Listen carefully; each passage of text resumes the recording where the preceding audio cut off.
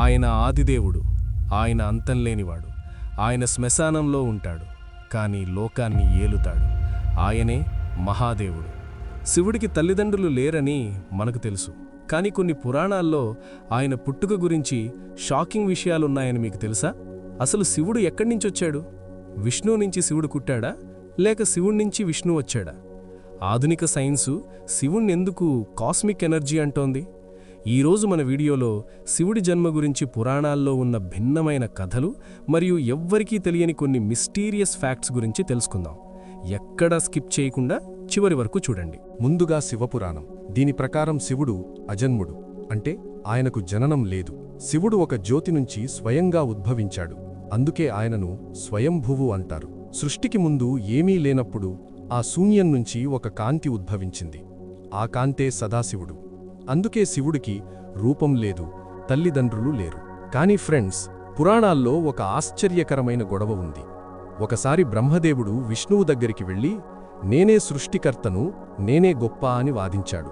ఆ సమయంలో ఆకాశం నుంచి భూమి వరకు ఒక భారీ అగ్నిస్తంభం ప్రత్యక్షమైంది. అదే మొట్టమొదటి లింగోద్భవం. బ్రహ్మ హంసలా మారి పైభాగాన్ని చూడటానికి వెళ్ళాడు. విష్ణువు వరాహంలా మారి కింది భాగాన్ని వెతకటానికి వెళ్ళాడు. కాని వేల ఏళ్లు వెతికినా ఆ స్తంభం మొదలు తుది ఎవరికీ దొరకలేదు. చివరికి ఆ స్తంభం మధ్యలో నుంచి శివుడు బయటకు వచ్చి వారి అహాన్ని అణిచివేశాడు. మరి బ్రహ్మకు కొడుకుగా శివుడు ఎలా పుట్టాడు? సృష్టిని సృజించే సమయంలో బ్రహ్మకు ఒక తోడు కావాల్సి వచ్చి శివుడి కోసం తపస్సు చేశాడు. అప్పుడు బ్రహ్మ కనుబొమ్మల మధ్యనుంచి ఒక బాలుడు ప్రత్యక్షమయ్యాడు. పుట్టగానే ఆ బాలుడు భయంకరంగా ఏడవటం మొదలుపెట్టాడు. బ్రహ్మ, ఎందుకేడుస్తున్నావు అని అడిగితే, నాకు పేరు లేదు అని సమాధానమిచ్చాడు. అప్పుడు బ్రహ్మ ఆయనకు రుద్ర అనే పేరుతో పాటు భవ, సర్వ, ఈశాన, పశుపతి ఇలా మొత్తం 11 మంది రుద్రులను 108 పేర్లను ఇచ్చాడు. శివుడు ఎందుకేడ్చాడంటే, మానవాళి పడే బాధలను చూసి ఆయన కన్నీరు పెట్టాడట. ఆ కన్నీటి చుక్కల నుంచే పవిత్రమైన రుద్రాక్షలు పుట్టాయి. ఫ్రెండ్స్, శివుడంటే కేవలం పురాణాలు మాత్రమే కాదు, ఆధునిక సైన్స్ కూడా శివుడి శక్తిని చూసి ఆశ్చర్యపోతోంది. స్విట్జర్లాండ్లో ఉన్న ప్రపంచంలోనే అతిపెద్ద సైన్స్ ల్యాబ్ సర్న్ ముందు నటరాజస్వామి విగ్రహం ఉంటుంది. ఎందుకంటే శివుడి ఆనంద తాండవం మరియు అణువుల కదలిక, సబటామిక్ పార్టికల్స్ మూవ్మెంట్ రెండూ ఒకేలా ఉంటాయని సైంటిస్టులు నమ్ముతున్నారు. మనం గాడ్ పార్టికల్ అని పిలిచే శక్తి శివుడి రూపమే. సృష్టిలోని ప్రతి అణువులోనూ ఒక డాన్స్ జరుగుతోంది. అదే శివతాండవం. అందుకే ఆయన్ను కాస్మిక్ డాన్సర్ అంటారు. శివుడు నివసించే కైలాస పర్వతం ఇదొక అంతుచిక్కని మిస్టరీ. ఇప్పటివరకు ఎవరూ కైలాసాన్ని ఎక్కలేకపోయారు. అక్కడ సమయం అంటే టైం చాలా వేగంగా నడుస్తుందట. కైలాస పర్వతం దగ్గరికి వెళ్లిన వారి గోర్లు, జుట్టు కేవలం కొన్ని గంటల్లోనే వారాల నిడివి పెరిగిపోతాయట. అంటే అక్కడ ఏదో తెలియని టైం డైలేషన్ జరుగుతోంది. రష్యా సైంటిస్టుల ప్రకారం కైలాస పర్వతం ఒక సహజమైన పర్వతం కాదు, అదొక భారీ పిరమిడ్. ఇది భూమికి కేంద్రం, అంటే యాక్సిస్ ముండి. అక్కడ విపరీతమైన మ్యాగ్నెటిక్ ఎనర్జీ ఉండటం వల్ల దిక్సూచిలు కూడా పనిచేయవు.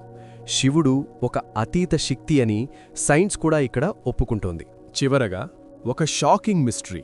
కైలాస పర్వతం పైన గాలిలో ఓం అనే శబ్దం ప్రతిధ్వనిస్తుందని అక్కడికి వెళ్లిన చాలామంది చెబుతుంటారు. ఇప్పటికీ ఆధునిక పరికరాలతో కూడా ఆ శబ్దం ఎక్కడ్నించి వస్తుందో ఎవరూ కనిపెట్టలేకపోయారు. దీన్ని బట్టి మనకర్థమయ్యేది ఒక్కటే: శివుడు అంటే ఒక దేవుడు మాత్రమే కాదు, ఆయనొక అంతుచిక్కని అనంతమైన యూనివర్స్. శివుడికి 3వ కన్నుంటుంది. అది తెరిస్తే సర్వం భస్మమవుతుంది. కాని సైన్స్ ప్రకారం ఆ 3వ కన్ను మనందర్లోనూ ఉంది. అదే మెదడులో ఉండే పీనియల్ గ్లాండ్. దీనిని సీట్ ఆఫ్ ద సోల్ అంటారు. మనలోని అజ్ఞానం నశించినప్పుడు ఆ కన్ను తెరుచుకుంటుంది.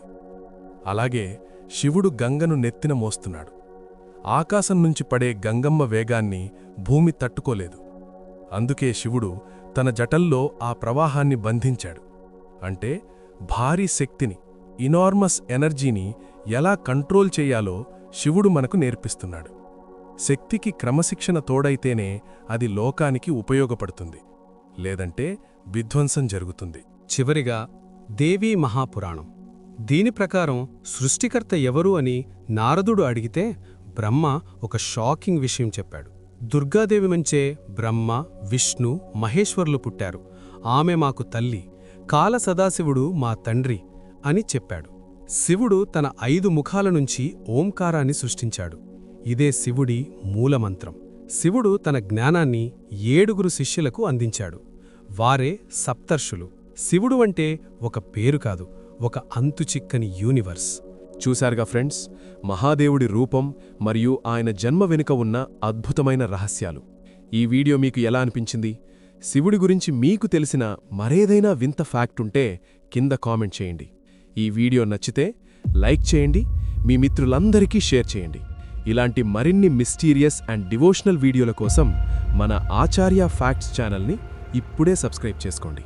హర హర మహాదేవ్.